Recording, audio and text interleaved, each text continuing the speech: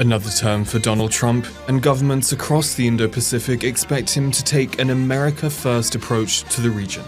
They're now calculating how he'll respond to geopolitical tensions that have sharpened since his last time in office, including China's threats to Taiwan, maritime disputes in the South China Sea, and a restive North Korea. Trump could demand US partners pay more for their own defense as autocracies draw closer together.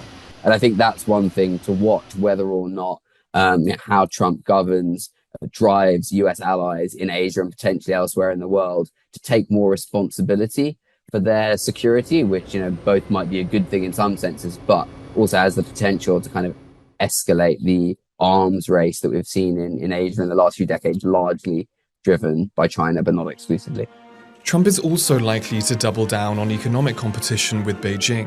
He's threatened to impose tariffs of up to 60% on US imports from China.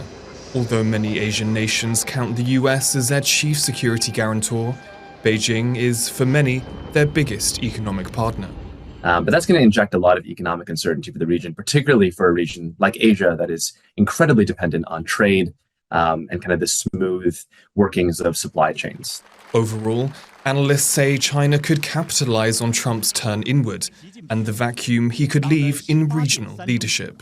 I think, that does erode this idea of a kind of US-led system, a US-led world, which the UK and other European powers, maybe Japan, Korea, Australia, New Zealand, to be part of, as offering kind of the best solutions to the world. So I think China will selectively, look for certain areas where it can offer better solutions and will just make the case, I think, quietly and sometimes more loudly that, this shows there isn't only one way of doing things.